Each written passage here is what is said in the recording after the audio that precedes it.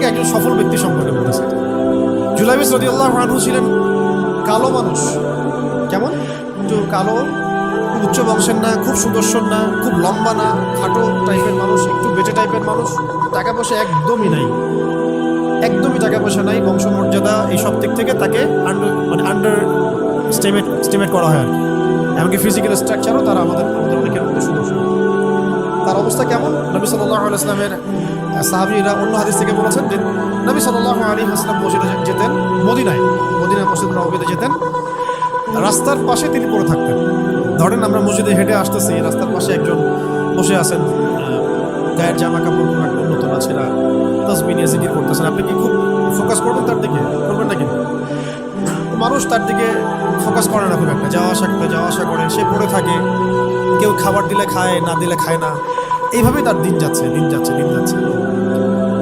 কোথাকার ঘটনা এটা? মদিনা, হিজরতের পরের ঘটনা। সাহাবীর নাম জুলাইবিস রাদিয়াল্লাহু আনহু। খুব উচ্চ বংশের না, অর্থবিত্ত নাই। বারবার বলছে, আমি রিপিট করতেছি কেন? বিকজ এটা আপনাদের সাথে অনেক মানে সাইকোলজিক্যালি মিলবে বিষয়টা অনেকের সাথে, এবং এটা আমাদের খুব ভালো করে জানাও দরকার আছে।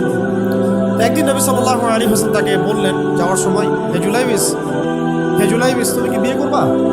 খুব মজার আলোচনা না এটা আমাদের কাছে, অনেকের কাছেই। হে জুলাইবিস তুমি কি বিয়ে করবা না? প্রশ্নটা এরকম ছিল, হে জুলাইবিস তুমি কি বিয়ে করবা না? উনি তো আকাশ থেকে বললেন, ইয়া রাসূলুল্লাহ, আমাকে কে বিয়ে করবে? আমার না আছে ইয়া রাসূলুল্লাহ, না আছে আমার বংশমর্যাদা, না অর্থ, আমি কীভাবে বিয়ে করবো? কে মেয়ে দিবে আমাকে? কে আমাকে মেয়ে দিবে? ওদিন নবী সাল্লাল্লাহু আলাইহি ওয়াসাল্লাম চলে গেলেন, কিছু বললেন না। পরের দিন আবার বললেন, ইয়া জুলাইবিস আলা তাতাযাওয়াজ, তুমি কি বিয়ে করবা না?